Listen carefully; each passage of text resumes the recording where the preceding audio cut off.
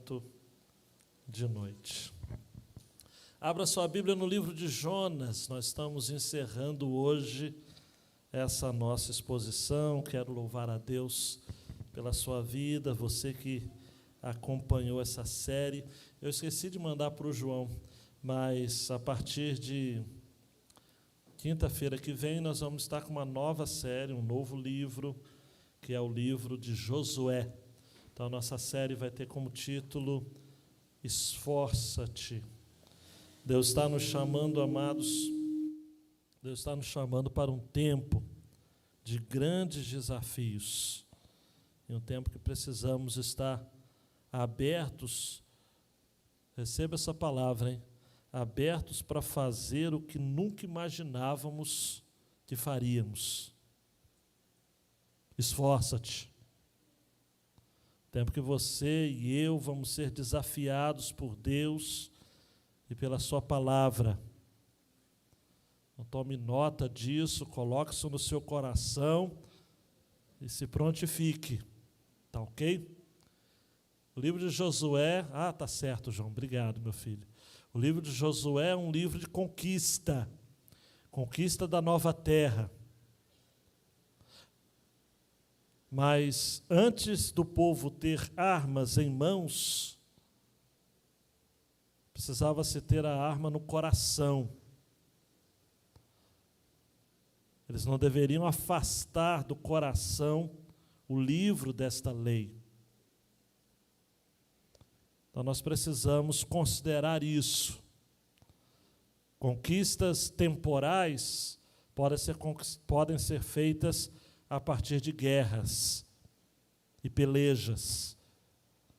As conquistas eternas, somente pela palavra de Deus. O livro de Josué também é um livro de acordos, um livro de concertos, um livro de alianças muito sérias. O livro de Josué também é um livro de transição. Francis Schaeffer chama o livro de Josué como ele chama o livro de Atos, livros pontes. Porque você sai do Pentateuco, os livros da lei, e antes de entrar no período crítico dos juízes, tem Josué. É a mesma coisa de Atos, né? Você tem os evangelhos, antes de chegar nas cartas paulinas, você tem o livro de Atos. Então, se eu fosse você, eu prestava muita atenção e se sentiria já intimado para participar com a gente da nossa nova série. Voltando, João, por favor. Não fuja da sua missão. É a temática do livro, eu entendo. Mas quando a gente fala de missão, a gente precisa entender que Jonas somos nós. Todos nós somos Jonas. Somos chamados por Deus para fazermos algo incrível, algo contraditório até. Hoje eu me vi, por exemplo, pensando em Jonas, segundo Reis 14, 25, segundo Reis, né? 14, 25, em que Jonas nos é apresentado da seguinte forma. Olha só a sutileza do texto bíblico, segundo Reis 14, 25. Também este restituiu os termos de Israel, desde a entrada de Amate até o mar da planície, conforme a palavra do Senhor Deus de Israel, a qual falara pelo ministério de seu servo Jonas, filho do profeta Amitai, o qual era de Gat-Éfer. Jonas havia sido boca de Deus, profeta de Deus, para falar da extensão de territórios sob o reinado de Jeroboão II. Nós estamos falando do século 8 antes de Cristo. Deus usou o seu profeta para falar de que ele estaria restituindo a Israel os seus termos. E ironia, amados, das ironias, este mesmo profeta é chamado por Deus agora para proclamar a sua mensagem ao povo, à potência da época, a quem Israel pagava tributos caríssimos, uma nação que causava horrores, arrepios em todos aqueles que ouviam este nome, Assíria, um reino tirânico. A derrubada da Assíria seria, sem sombra de dúvidas, o soerguimento de Israel. E o contrário também era verdadeiro, ou seria verdadeiro. O estabelecimento da Assíria representaria o enfraquecimento de Israel. Deu para você entender a sutileza? O mesmo profeta que anunciou em nome de Deus que os termos de Israel seriam ampliados, Deus chama para pregar a sua mensagem à nação arqui-inimiga e a, de certo modo, ser usado pelo próprio Deus para a conversão de toda aquela geração. E o perdão de Deus à Assíria representaria, alguns anos depois, a derrocada de Israel. Porque em 722 Deus vai usar a mesma Assíria para dominar Israel. Nós estamos falando do Reino do Norte. Para exterminar as mentes, os líderes, corromper os líderes e promover uma miscigenação forçosa, atos de guerra extremamente horríveis. Eu não sei ainda se você está entendendo. O perdão de Deus aos ninivitas custou a sobrevivência de Israel. E Deus usou para anunciar esta palavra o mesmo profeta que antes havia anunciado a extensão de termos, a prosperidade material de Israel sob o reinado de Jeroboão II. Eu lhes pergunto, como ficaria a sua cabeça?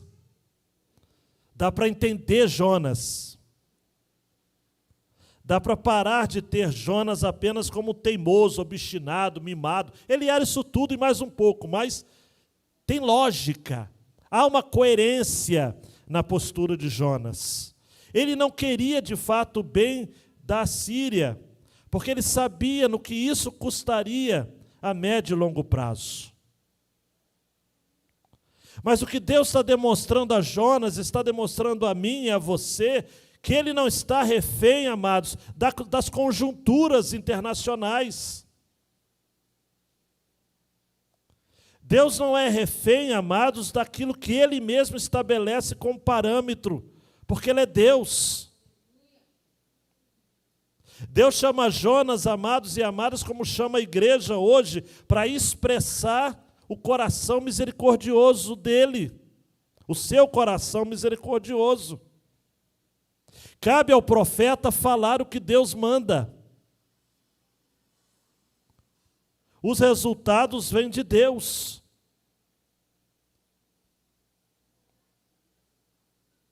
E todo absurdo que a gente encontra no livro de Jonas não está em Deus, mas está no próprio profeta que não queria ver o que Deus via, fazer o que Deus fazia e falar, de certo modo, aquilo que Deus estava lhe falando.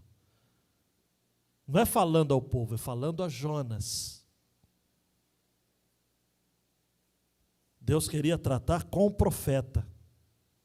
Olhe para mim, quando nós vemos essa geopolítica internacional, toda essa problemática relacionada à pandemia, esse conflito de ideologias que a gente vê no mundo, essa polarização política no Brasil, a gente vê essa confusão toda, a gente sempre fica pensando o que Deus quer falar ao mundo, o que Deus quer falar ao Brasil. E eu quero chamar a sua atenção nesta noite para dizer que você está fazendo a pergunta errada. A pergunta certa é: o que Deus quer falar? Comigo. O que Deus quer falar? Com a igreja. Com a igreja. Abrindo um parênteses, que eu espero que seja curto, para a gente não delongar muito. Eu tenho ouvido, amados pastores, líderes, estão extremamente pesarosos nesse tempo. Me permita fazer um trocadilho de um filme, do título de um filme, Apertem os cintos, o piloto sumiu. Alguns pastores estão dizendo assim: apertem os cintos, o povo da igreja sumiu.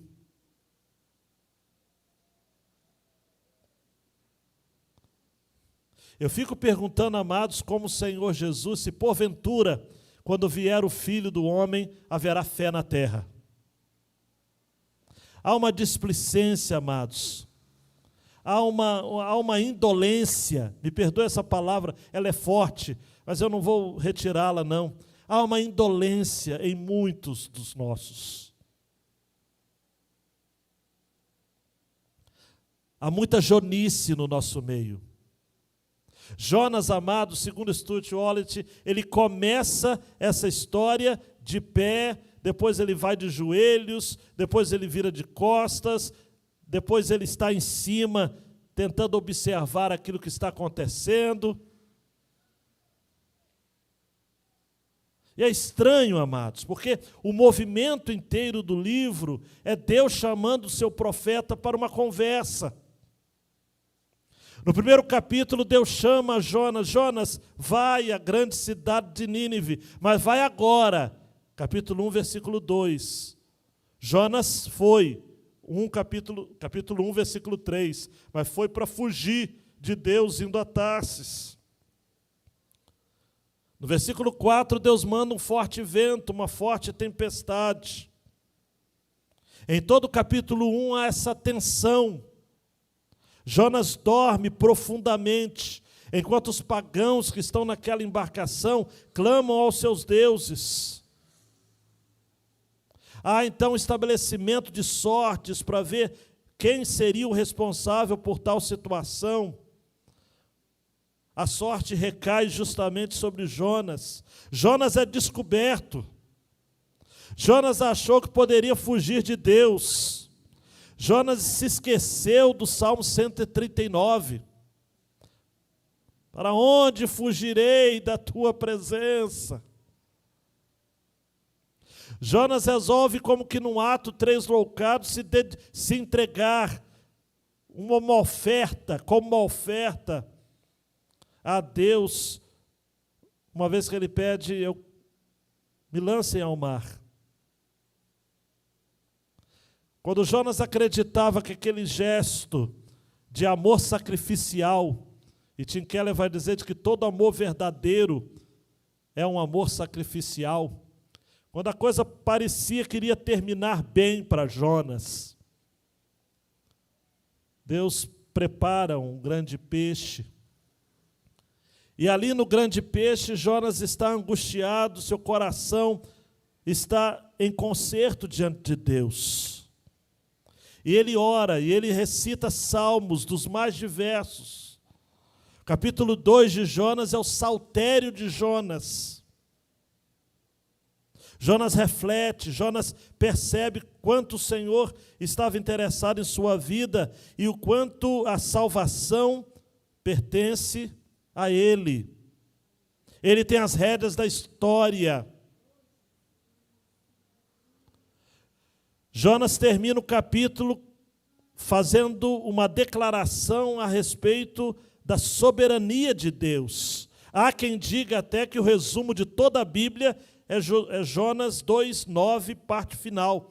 A salvação pertence ao Senhor.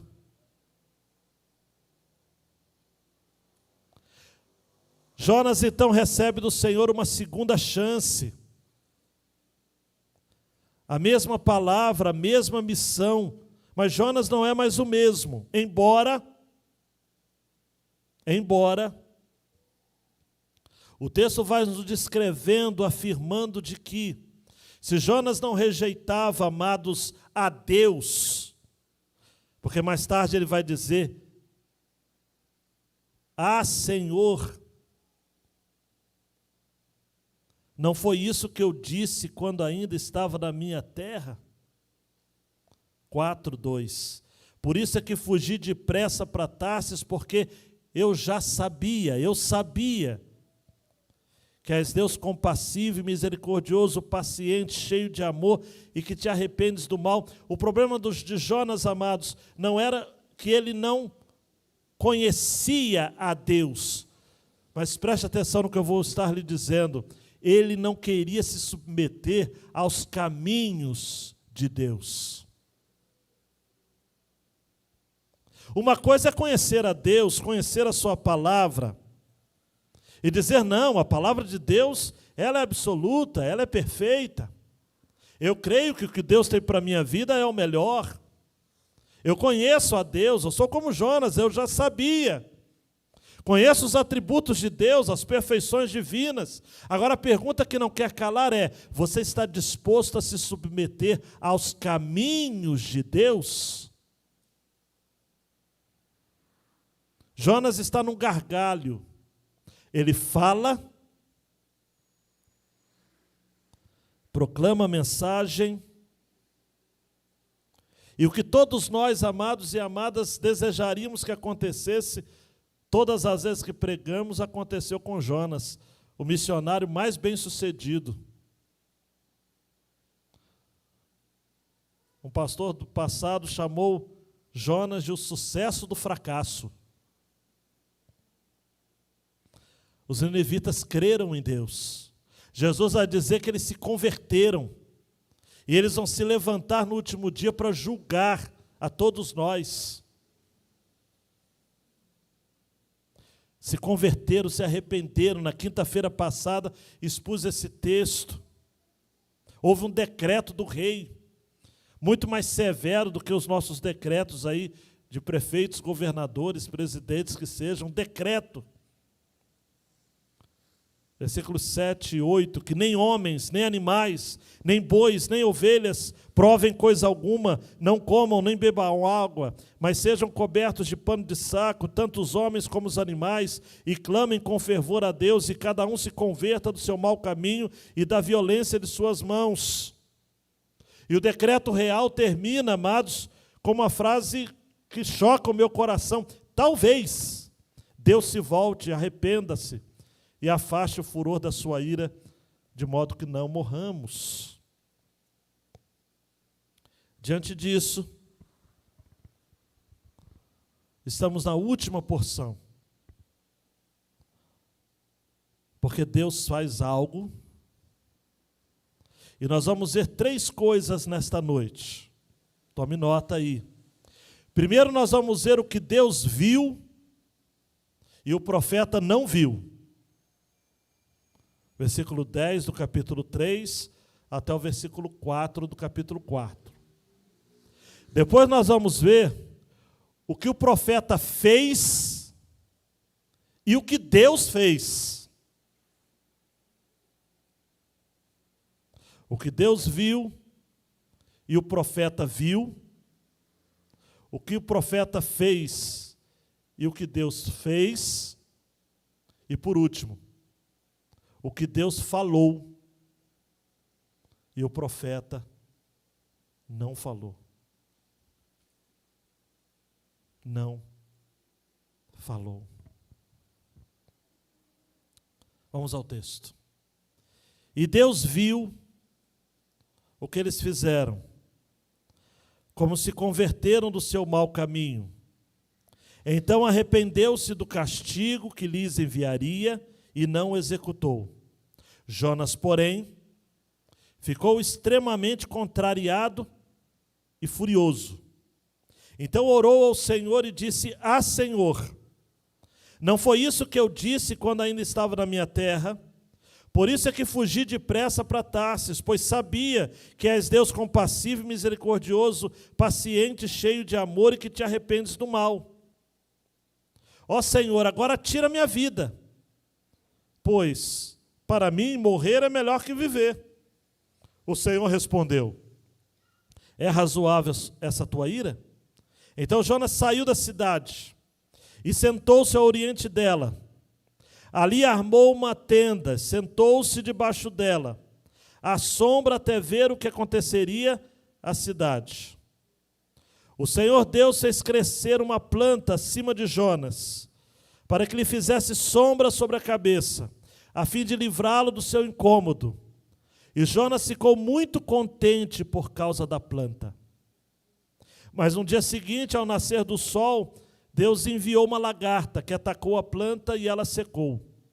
E aconteceu que, aparecendo o sol, Deus mandou um vento oriental quente, e o sol bateu na cabeça de Jonas, e com toda a sua alma ele desmaiou e desejou morrer, dizendo: para mim, morrer é melhor do que viver. Então Deus perguntou a Jonas: é razoável essa tua ira por causa da planta? Ele respondeu: é justo que eu me ire a ponto de desejar a morte. O Senhor disse: tens compaixão da planta, que não cultivaste, nem fizeste crescer, que numa noite nasceu e na outra noite morreu. E não teria eu compaixão da grande cidade de Nínive, onde há mais de 120.000 pessoas que não sabem discernir entre a mão direita e a esquerda, e também muito gado? Mantenha sua Bíblia aberta aí. João Marcos, a grande ideia. Nossa missão não é original, pois segue a mesma ao longo dos séculos. Sermos expressões do coração misericordioso de Deus no mundo. Se alguém lhe perguntar a partir de hoje, qual é a sua missão no mundo, eu sugiro, apelo, que você responda assim: ser expressão do coração misericordioso de Deus no mundo. Vamos testar? Vamos ensaiar aqui juntos? Alguém chega e pergunta: qual é a sua missão no mundo? Você vai responder: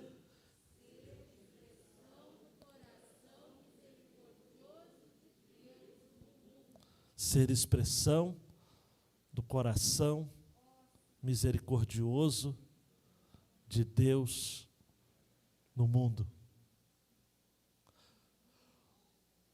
Dando um clique aí, João. O olhar de Deus e o olhar do profeta. O que Deus viu e o que o profeta viu. O profeta não viu aquilo que Deus viu. Versículo 10 diz o que Deus viu. E Deus viu o que eles fizeram, como se converteram do seu mau caminho. Então arrependeu-se do castigo que lhes enviaria e não o executou. Existem verdades, amados e amadas, neste capítulo, e eu vou citar novamente o Stuart Wallet, que precisam ser destacadas aqui. Primeiro, Deus não é como nós. Segundo, Deus não ensina como nós ensinamos. Terceiro, Deus vê o que nós nos recusamos a ver. Vez por outra, amados, nós precisamos parar para pensar: o que Deus está vendo? E o verbo ver aqui no original é a raiz da palavrinha inspecionar.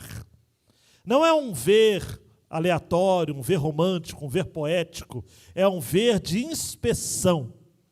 Sabe aquele funcionário que serve para ser um inspetor? Se não me engano, existe na Bracels o inspetor de solda, o inspetor mecânico, o inspetor, ele olha, ele observa, para ver se está de acordo com a qualidade, o controle de qualidade. Deus inspeciona a terra. Seus olhos estão sobre toda a terra. E Deus está vendo aqui que o coração dos ninivitas estava rendido, convertido do mau caminho. E Deus então responde a esta conversão, se convertendo também, se arrependendo. E o verbo aqui para se arrepender, não é que Deus é um vira-casaca, me perdoe essa expressão meia que forçada, que Deus se arrependeu no sentido de que, olha, poxa vida, eu queria até fazer, mas não deu para destruir o povo. Não, não. Essa conversão aqui é uma mudança de ideia de acordo com a postura do coração. São as promessas condicionais da Bíblia, de Deus. Se o meu povo, 2 Coríntios 7, se o povo que você está pregando, Jeremias capítulo 18, e por aí vai, vários sis. Um pouco de teologia, o Strong vai dizer o seguinte: a imutabilidade de Deus não é igual uma pedra que não tem experiência interna. É como o mercúrio no termômetro, que sobe e desce com cada mudança de temperatura. O mercúrio não muda, mas reflete a mudança da temperatura. Se você quer outra metáfora também, o Strong vai dizer: quando alguém que pedala a bicicleta contra o vento dobra e pedala com o vento, a força do vento parece ter mudado, embora ele esteja soprando ainda como antes. A ideia aqui, amados, e quinta-feira passada eu explorei esse tema mais, é que o olhar de Deus é sempre marcado pela sua compaixão. O tempo todo, a intenção de Deus nunca é o mal, sempre é o bem. Deus nunca... Tem gente que fala o seguinte: mas pastor, o senhor é tão calvinista a ponto de acreditar que com a mesma energia e intenção que Deus tem para salvar, Ele tem para mandar para o inferno? Eu digo 1000 vezes não. Isso é até antibíblico. Deus é um Deus incuravelmente amoroso. Ele é um Deus irresistivelmente compassivo. Até o último suspiro, até o último homem eleito, até o último coração para ser alcançado. A misericórdia de Deus não abriga preconceitos, amados. Vou citar um outro texto da palavra de Deus, Jeremias 31, 18 a 20. Se segurem na cadeira. Bem ouvi eu que Efraim, o nome do povo de Israel, se queixava, dizendo: castigaste-me e fui castigado, como novilho ainda não domado. Converte-me e converter-me-ei, porque tu és o Senhor meu Deus. Na verdade que, depois que me converti, tive arrependimento, e depois que fui instruído, bati na minha coxa, fiquei confuso, e também me envergonhei, porque suportei o opróbrio da minha mocidade. Olha o que Deus estava dizendo a respeito de Israel, de Efraim. Jeremias 31, 20. Não é Efraim para mim um filho precioso, criança das minhas delícias? Porque depois que falo contra ele, ainda me lembro dele solicitamente. Por isso, se comovem por ele as minhas entranhas, deveras me compadecerei dele, diz o Senhor.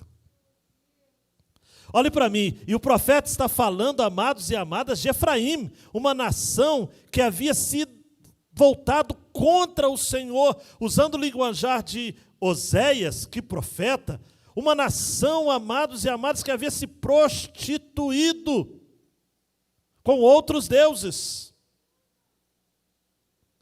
E Deus manda dizer a este povo: olha, depois que eu falo contra ele, ainda me lembro dele solicitamente. Por isso se comovem por ele as minhas entranhas, deveras me compadecerei dele, diz o Senhor. É impossível Deus deixar de amar o seu povo. É impossível Deus não demonstrar compaixão a quem se arrepende.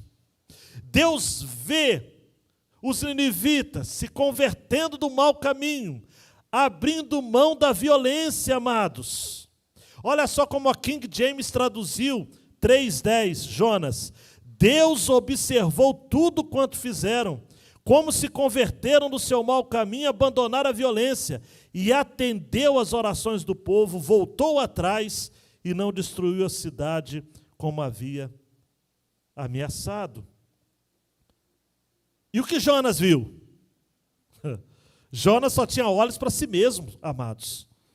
Capítulo 4, versículo 1. Jonas, porém, olha o contraponto, né? Ficou extremamente contrariado e furioso. No original, a Nova Almeida Atualizada traduziu: ficou muito aborrecido e com raiva.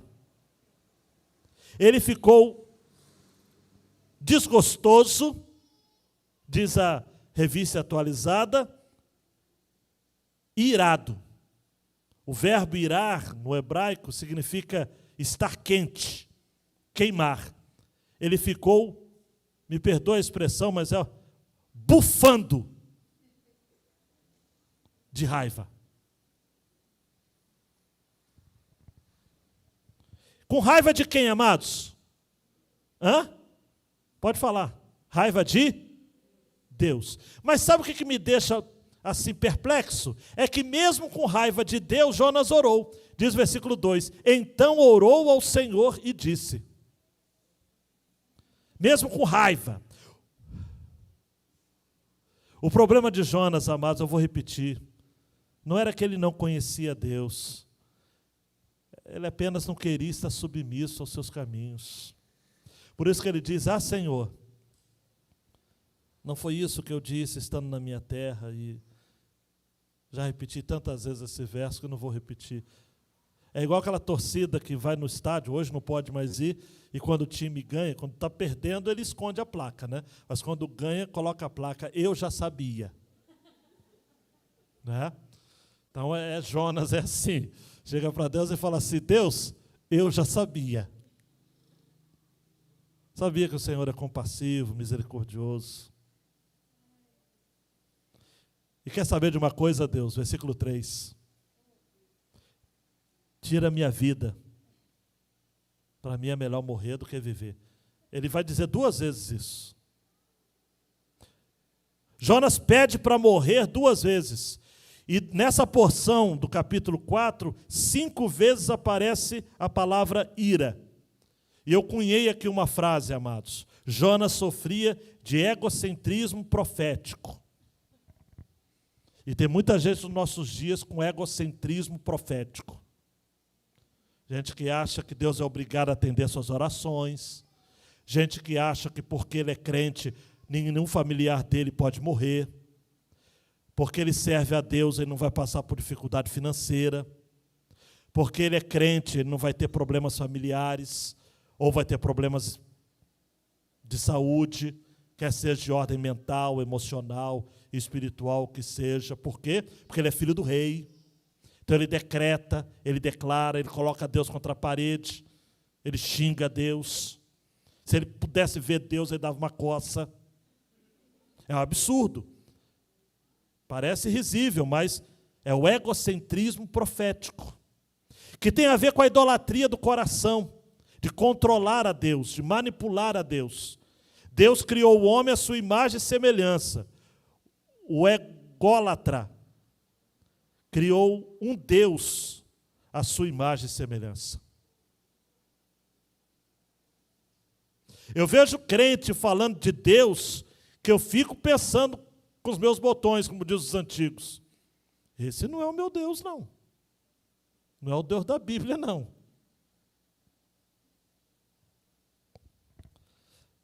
Por isso que Jonas pede para morrer.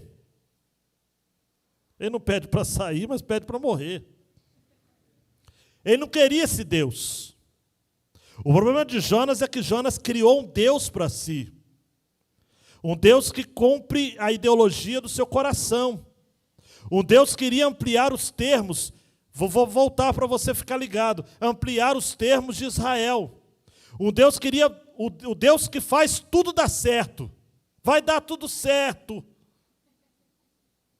É o Deus da vitória. É só vitória. É o Deus que faz com que as coisas aconteçam a meu favor. É o Deus que inverte a oração. Faça-se tudo como a minha vontade. É o Deus de quem olha no espelho e canta: grandioso és tu. Não é o Deus da Bíblia. Porque o Deus da Bíblia é o Deus do Salmo 86, que diz assim, versículo 5: pois tu, Senhor, és bom e pronto a perdoar e abundante em benignidade para todos os que te invocam.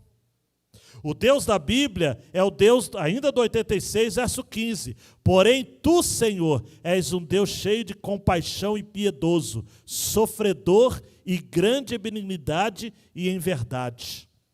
É difícil um Deus sofredor, né? Um Deus que... N.T. Wright, né? O que Deus está fazendo na pandemia? Está sentado nos túmulos chorando, como estava Jesus chorando por Lázaro, seu amigo, a quem ele amava, e que mesmo assim sofreu de uma enfermidade e morreu. Os amigos de Jesus também morrem. Os amados de Jesus também sofrem. Mas vamos prosseguir, João, o agir do profeta e o agir de Deus. O que o profeta faz? Versículo 5, ele sai da cidade. Agora, Jonas, ele tem um quê assim de megalomania mesmo. Ele sai da cidade, se assenta, por isso que a figura dele no capítulo 4 é assentado. Ele arma uma tenda. Olha a estrutura de Jonas, amados.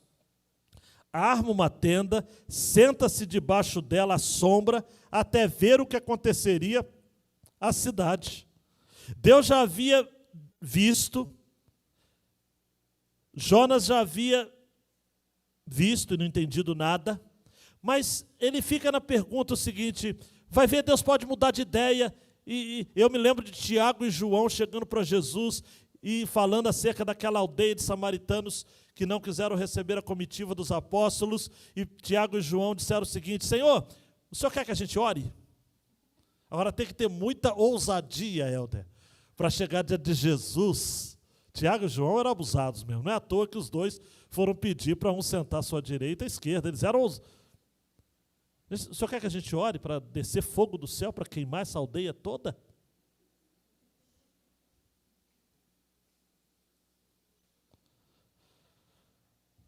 Jonas está de camarote.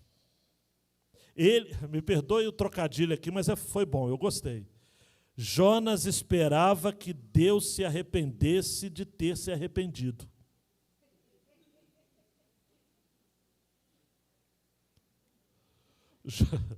Jonas esperava que Deus se arrependesse de ter se arrependido. Ele está ali. O interessante é que Jonas tem o cuidado de montar uma infraestrutura, tudo para ver o que aconteceria à cidade. Aí entra o Senhor com uma terapia. Tem um filme que já passou várias vezes na televisão, chama Tratamento de Choque, não é isso? É um filme terrível. O que aquele homem sofre, né? O Tratamento de Choque é um filme. É engraçado, mas é porque não é com a gente, né? O terapeuta ali era um maluco. Agora, Deus não é esse terapeuta, mas ele faz um tratamento de choque em Jonas. Vê se você concorda comigo. Primeiro, Deus faz crescer uma planta sobre Jonas. Versículo 6. O Senhor Deus fez crescer uma planta acima de Jonas. Que planta era essa? Uma bobureira, uma mamoneira, não sei, uma samambaia, para que lhe fizesse uma sombra sobre a cabeça, a fim de livrá-lo do seu incômodo. É interessante que mesmo assim, amados, Deus está preocupado com as condições do profeta.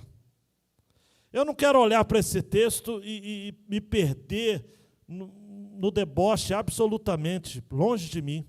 Eu quero entender aqui um Deus preocupado, porque diz o texto o seguinte: a fim de livrá-lo do seu incômodo. Deus percebeu, estava incomodado Jonas. Deus tem uma lição para Jonas.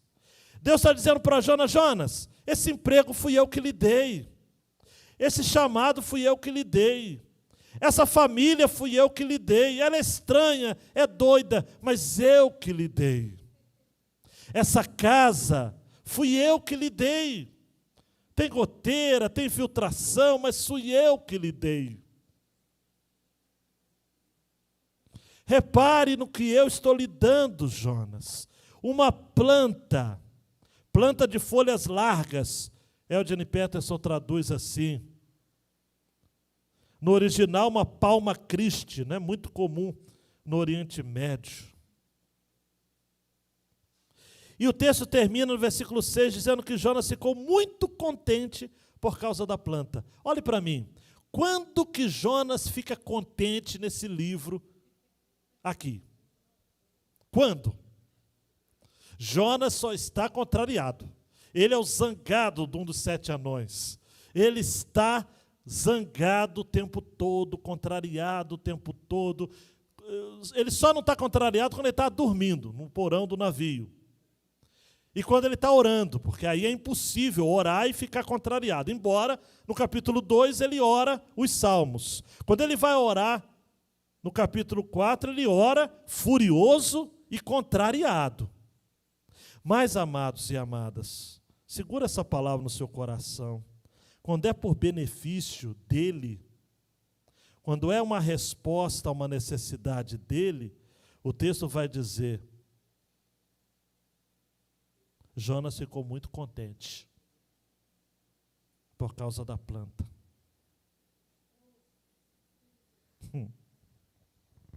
Eugene Peterson traduziu assim no A Mensagem, o versículo 6. O Eterno fez brotar uma planta de folhas largas que cresceu sobre Jonas para refrescá-lo e acalmar sua indignação. Jonas ficou muito feliz e desfrutou a sombra. Enfim, a vida parecia estar melhorando de novo. Não está dizendo agora sim. A coisa vai ficar boa para o meu lado. Versículo 7. Versículo 7 começa com uma conjunção adversativa. Chatice do português, mas tem que falar. O mas. Todas as vezes na Bíblia que aparece um mas, preste atenção.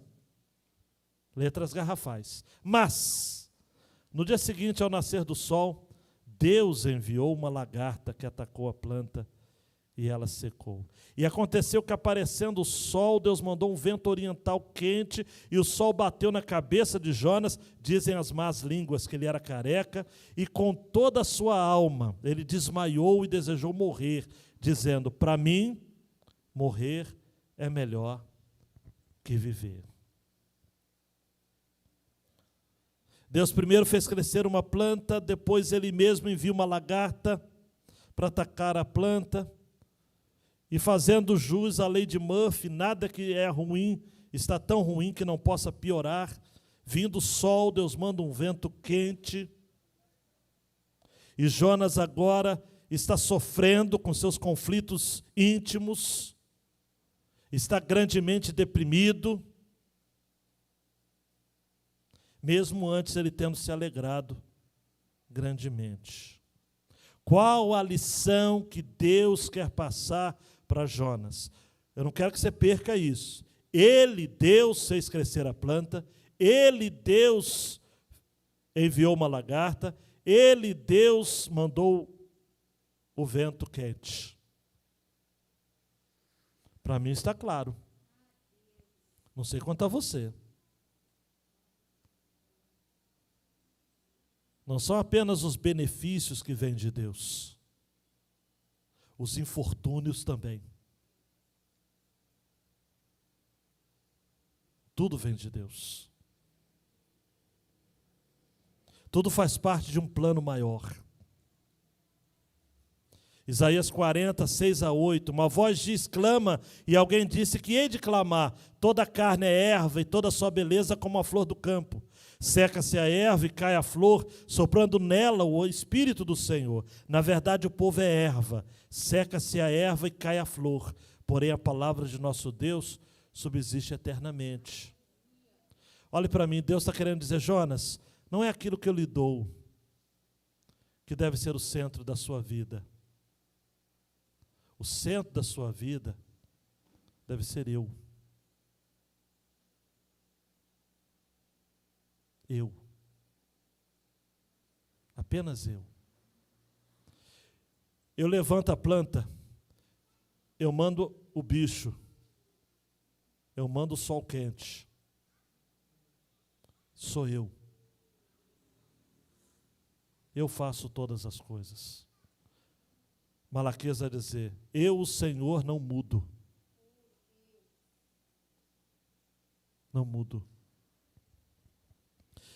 E agora nós caminhamos para o final do livro. O final desse drama é a fala de Deus e o silêncio do profeta. Deus fala e o profeta não encontra razões, não encontra palavras para contra-argumentar. Versículo 9 a 11, versículos 9 a 11. Então Deus perguntou a Jonas: é razoável essa tua ira por causa da planta? Essa primeira parte da pergunta, Jonas ousadamente responde, abusadamente responde: é justo que eu me ire a ponto de desejar a morte. E aí Deus diz: Jonas, tens compaixão da planta que não cultivaste, nem fizeste crescer, que numa noite nasceu e na outra noite morreu. E não teria eu compaixão da grande cidade de Nínive, onde há mais de 120.000 pessoas que não sabem discernir entre a mão direita e a esquerda, e também muito gado?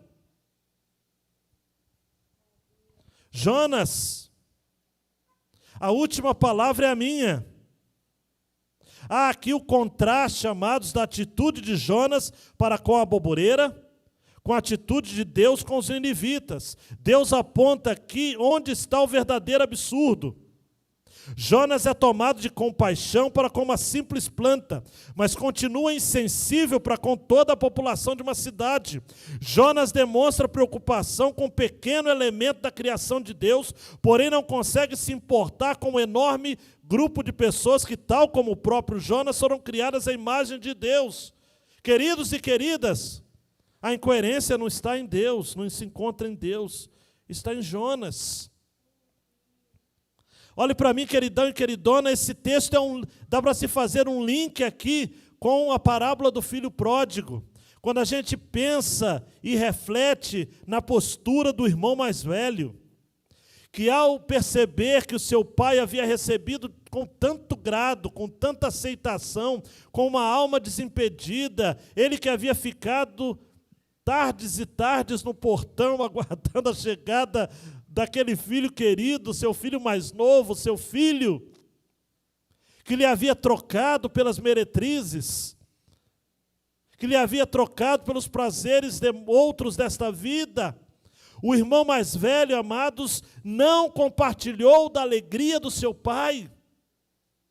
E esse irmão mais velho tem muito de Jonas, e tem muito de muitos crentes que não conseguem celebrar a graça de Deus aos pecadores que vêm à casa de Deus procurando abrigo. São legalistas, são como fariseus, escribas, mestres da lei que no tempo de Jesus impediam que os publicanos, que as meretrizes, que os mais humildes e marcados pela vida se aproximassem de Deus. A postura do irmão mais velho é a postura de Jonas, sabe por quê? Veja comigo o que diz Lucas 15, 28 a 32. Mas ele, esse cidadão, se indignou e não queria entrar, ele não queria participar da festa. Ele disse: não, pai, não vou participar da festa. Saindo o pai, instava com ele. Mas respondendo ele, disse ao pai: eis que te sirvo há tantos anos, sem nunca transgredir o teu mandamento. Nunca me deste um cabrito para alegrar-me com os meus amigos. Vindo, porém, este teu filho, que desperdiçou os teus bens com as meretrizes, mataste-lhe o bezerro cevado. E ele lhe disse: filho, tu sempre estás comigo. Todas as minhas coisas são tuas. Mas era justo alegrarmos-nos e folgarmos, porque este teu irmão estava morto e reviveu, tinha se perdido e achou-se. Eu queria, amados e amadas, ter mais tempo para explorar essa relação entre Jonas e este irmão mais velho. Este irmão mais velho é representado aqui como... Você acha que a crise desse cidadão aqui era por um cabrito que ele nunca teve e o bezerro que o irmão teve? O cabrito, o bezerro aqui são detalhes da história. Assim como a boboreira e a lagarta é um detalhe da história. O que está em crise, o que este jovem tem crise, é de que ele não aceitava que o amor do seu pai fosse incondicional. Ele aceitava apenas o fato, ele não tinha um relacionamento com o seu pai como de um filho para com o seu pai. Ele tinha um relacionamento formal, um relacionamento legalista. Ele era um empregado do seu pai. Ele nunca teve com o seu pai um relacionamento que fosse com base no coração de misericórdia e graça. Ele pensava que o pai dele ficaria feliz com ele fazendo coisas para o pai. Ele se deleitava em fazer coisas, mas a vida cristã não é fazer coisas, a vida cristã é desfrutar da presença e do aconchego do pai. Porque tem muita gente que eu conheço, amados, ao longo dos meus quase 30 anos de ministério, que fizeram coisas, mas porque nunca experimentaram de Deus e do coração de Deus, hoje estão fazendo coisas para o diabo. Porque com a mesma proporção que o legalista faz coisas para Deus, ele faz para o diabo. Porque ele não faz por conta do amor. Ele é escravo da performance, do desempenho.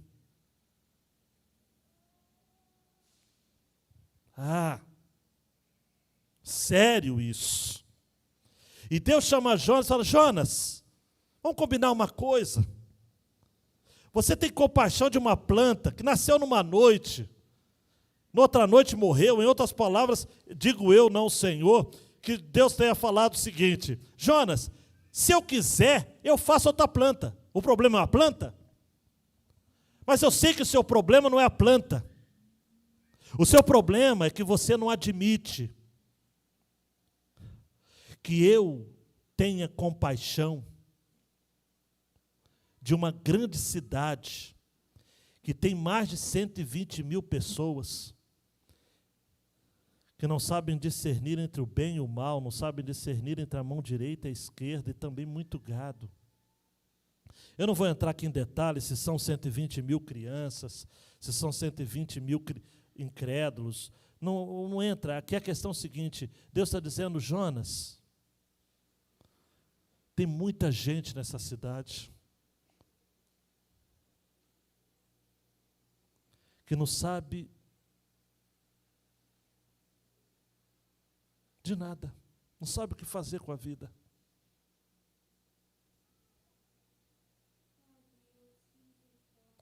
Me lembro de Mirtes Matias compondo aquele hino: grito de nossa terra, canto de nosso povo, que suplica um mundo novo, onde reina a paz e o amor. Como cantar nossa crença, deixando na treva imensa o povo que é nosso povo, a terra que é nossa terra, Senhor. Vá para casa com algumas verdades, João, nos ajude aí. Missões é estar sintonizado ou sincronizado com a agenda de Deus. Ele tem uma missão e uma igreja. A igreja não tem missão, a igreja tem um Deus. Não existe isso. A missão, não, a igreja não tem missão. Deus tem uma igreja e tem uma missão. E a igreja serve a um Deus. Fazer missões é procurar estar em sintonia com Deus, Labiano Palmeira, empenhando-se ao máximo para ver o que Deus vê, ouvir o que Deus ouve, conhecer como Deus conhece, e não apenas isso, é estar disponível para descer onde Deus quer descer, livrar aqueles que Deus deseja libertar e fazer subir aqueles que Deus deseja levar para a terra que mana leite e mel. Outra aplicação. Neste mundo não temos que buscar o conforto a qualquer preço. Tudo que temos neste mundo são aboboreiras que Deus nos dá. E quando o nosso coração se encontra mais nelas do que em Deus, Ele mesmo envia um bicho. Cuidado, tá ok? Talvez você esteja abraçadinho com uma bobureira. Ontem eu, João e Débora estávamos assistindo o Animal Planet e tinha um macaquinho, né, que foi resgatado quando ele era bebezinho. E ele era resgatado de pessoas que queriam vendê-lo e coisa e tal. Como ele foi tirado da mamãe dele, bem novinho, ele se agarrou. A primeira coisa que ele viu e era a mamãe dele. E era um bichinho de pelúcia. Então ele ficava grudado aqui. É a segurança dele. O treinador, a pessoa que estava cuidando dele do zoológico, tentou tirar o bichinho de pelúcia, o Berval, e colocou o macaquinho na árvore, que o macaco gosta de árvore, né? Ele ficava na árvore amedrontado, como se fosse um inferno para ele. A árvore se transformou no inferno. O olhar de susto, de terror do macaquinho é assustador. Aí a pessoa teve que pegar e devolver o ursinho de pelúcia para o pobre macaquinho. Aí ele agarrou e sorria assim. Meu precioso.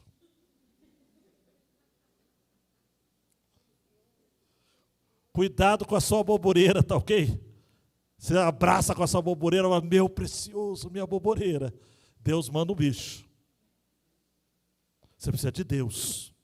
Nós precisamos depender de Deus. Nossa bobureira pode ser um carro, uma casa, móveis, nosso conforto, nossa loja. Devemos nos lembrar que se pusermos o coração nas coisas secundárias da vida, não devemos esperar que a nossa alegria seja mais duradoura do que a de Jonas. Eu concordo com Jonas, amados. Agora eu vou chocar você. Concordo com ele. Melhor é morrer do que viver como ele estava vivendo. Porque para viver a vida com aquele nível tão mesquinho, concordo, é melhor morrer. É melhor morrer. Outra, não temos escolha. Somos chamados para expressarmos ao mundo o coração misericordioso de Deus. E falharemos se nos atentarmos ou se nos atermos aos nossos programas e não ao desenvolvimento de vidas. Igreja resume-se aos relacionamentos.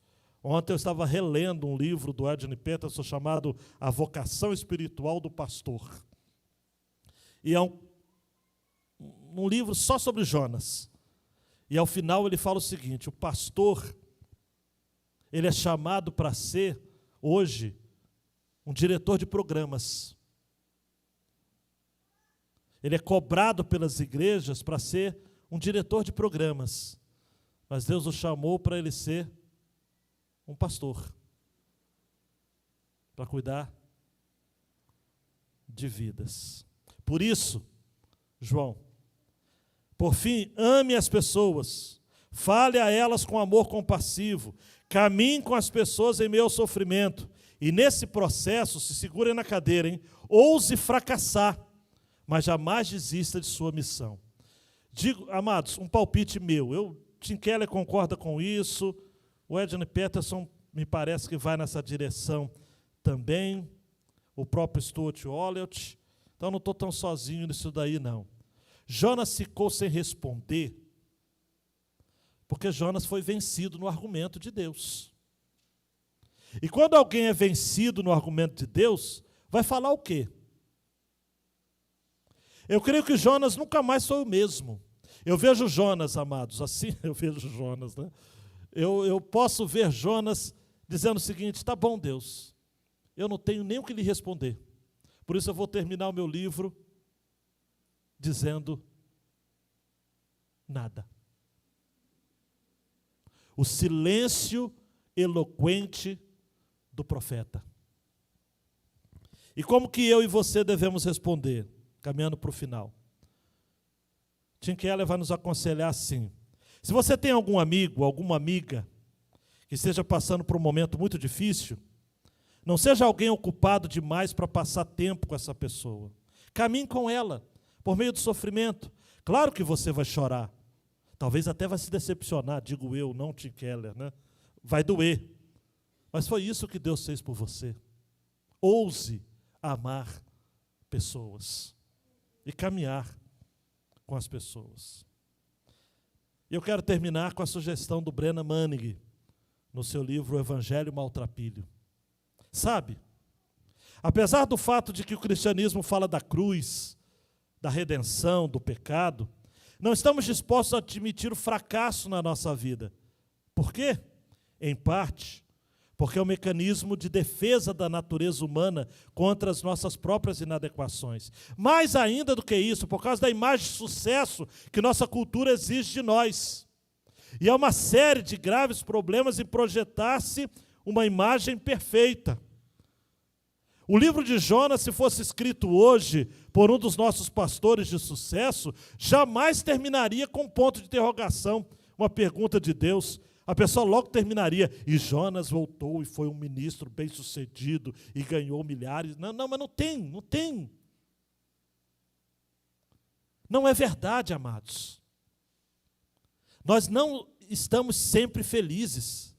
Nem sempre somos otimistas, nem sempre estamos no controle da situação. Segundo, projetar uma imagem impecável nos impede de alcançar gente que sente que não teríamos como entendê-las. Então Deus usa pessoas fracassadas, Deus usa os fracos, Deus usa os incapazes. E terceiro, mesmo que fôssemos capazes de viver uma vida sem conflito, sem sofrimento, sem erros, isso seria uma existência rasa. O cristão profundo, Brennan Manning termina, é o cristão que fracassou e aprendeu a viver com isso. Eu fracassei no casamento, mas eu creio que o casamento é de Deus. Eu fracassei como profissional, mas eu creio que eu preciso e sou chamado por Deus para ser mais excelente. Eu fracassei no meu ministério, mas eu sei que o meu ministério é de Deus e eu vou cumpri-lo com a ajuda dEle, com a graça dEle, debaixo do favor dEle. Por isso que para mim, amados, e deixa essa última tela, João, eu posso terminar esta mensagem, essa série, em 2 minutos, citando a oração de um sujeito chamado Nikos Kazantzakis, citado por Brennan Manning. Preste atenção nessa oração. Sou arco em tuas mãos, Senhor. Estenda-me para que eu não perca a utilidade. Não me estendas além da conta, Senhor. Posso quebrar. Estenda-me além da conta, Senhor. E daí, se eu quebrar? E daí, se eu quebrar? Me lembro de Davi.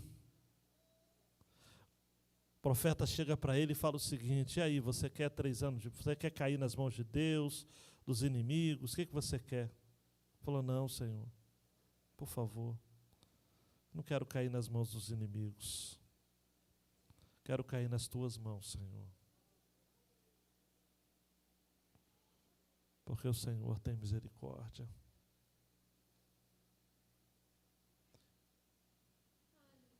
Sou um arco nas tuas mãos, Senhor. Estenda-me, Senhor, para que eu seja útil. Mas estenda-me com cuidado para que eu não quebre, Senhor. Não. Estenda-me, Senhor, ao máximo. E daí, se eu quebrar? Eu vou estar nas tuas mãos. E isso é tudo que eu preciso. Abaixe a cabeça e ore comigo, Senhor.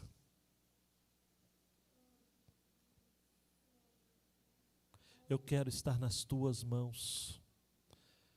O melhor lugar para sofrer é nas mãos de Deus. O melhor lugar para estar contrariado é nas mãos de Deus. O melhor lugar para ter raiva de Deus é no coração de Deus. É diante de Deus. É debaixo do favor dEle.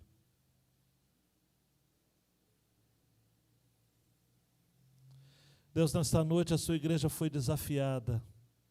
Nós fomos desafiados a mantermos-nos nas tuas mãos, a ver o que o Senhor vê, a agir como o Senhor age